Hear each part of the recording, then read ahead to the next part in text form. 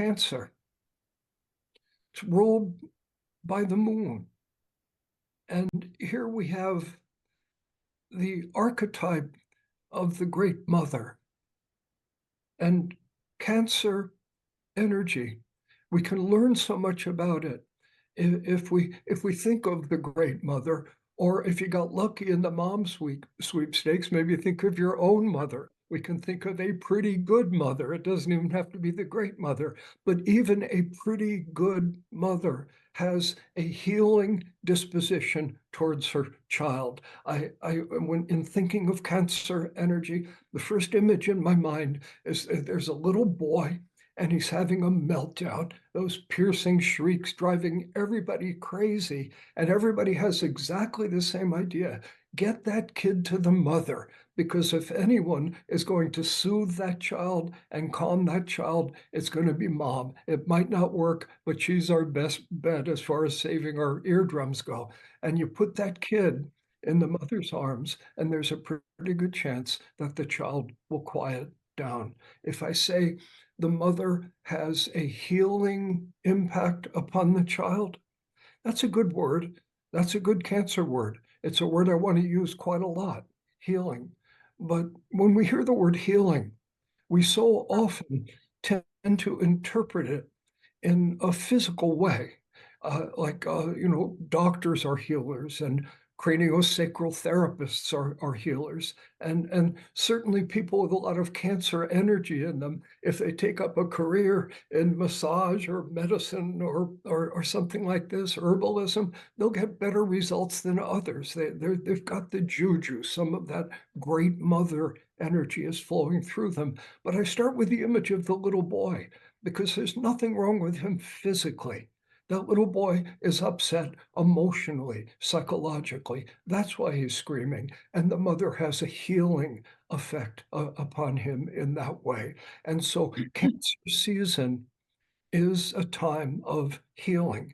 And that's absolute bedrock in our understanding. Now, the next step is an absolutely critical one. That healing energy that is flowing down from the cosmos now wants to go both directions. Let's say it comes in through the top of your head, into your heart, and hopefully out into the world as a healing disposition of kindness towards other beings. That's half of it. But here's the first half. It's about healing yourself. It's about being attentive to your own needs, to your own hurts. This is so critical in understanding Cancer. Imagery here. Once again, moon energy as the ruler of Cancer. Great Mother energy. And I just picture the Great Mother, how interesting it is that just about every religion, given some time in the world, generates a feminine face of God. You know, Mother Mary in the Christian traditions, obviously, Taras, whether you like them green or white, in Buddhism, and Ishtar and Venus and the moon goddess Selene. There's so many different faces, and it's like this is the Cancer and the moon energy, the face of the great mystery, the face of what we might call God or Dharmakaya or whatever you prefer, the face of that loves us, that cares about us, that wants us to feel better, with the sweetness of an archetypal mother relative to her baby. And so watch this. We've just crossed into this Cancer season, and for every one of us, it's as if the Great Mother has said to you, in all her gentleness and sweetness, come, my beloved child, come, sit on my lap, sit on my lap. And there you are, sitting on the lap of the Great Mother. She's got her arm gently around your shoulder. She's looking you straight in the eye with that absolutely accepting sweetness.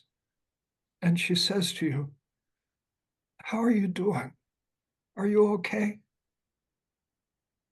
And see, we're all grown-ups now. So what we say to the Great Mother is, yeah, I'm fine. I'm doing all right. which is part of what gets us through the day. I'm not trying to make fun of that, but that's her answer. And then the great mother, those big doe eyes. Are you sure? Everything's everything's perfect. There's nothing that could be a little better. And pretty soon we're bawling, every one of us, because it's the great frigging mother. You are her child. When you sit in her lap, she's saying, "Welcome, my beloved child. What do you need? How are you feeling?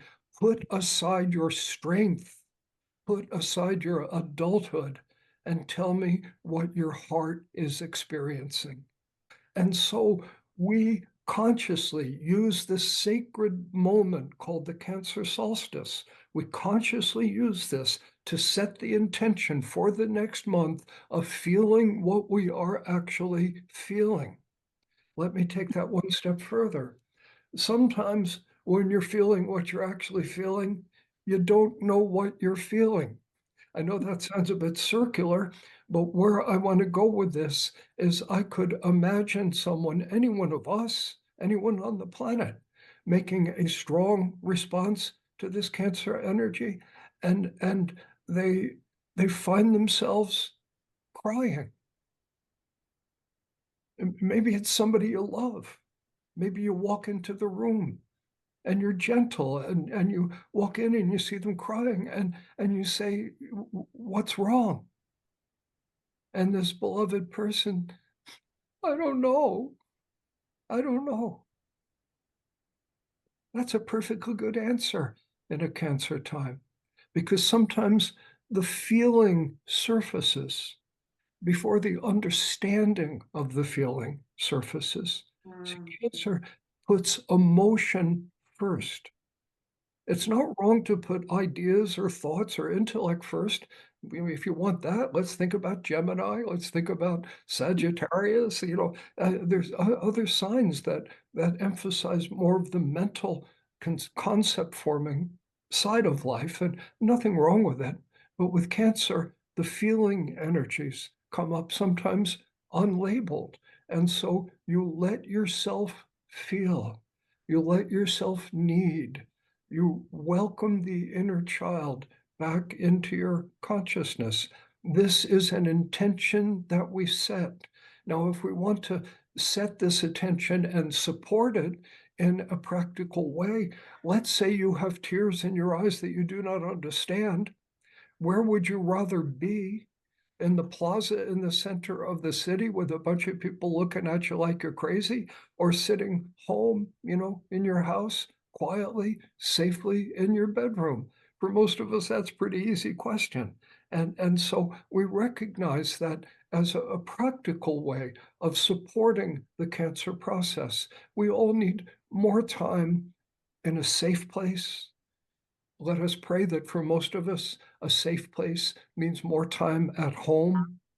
If your home isn't safe, if you have unpleasantness, difficulty, and strife in your home, which of course happens to all of us sooner or later, or at least most of us sometimes, well, maybe it's a park bench you need to go sit on, but you need to have a kind of sacred place, a place where you feel safe. This is conducive to the Cancer process, conducive to the energy coming up.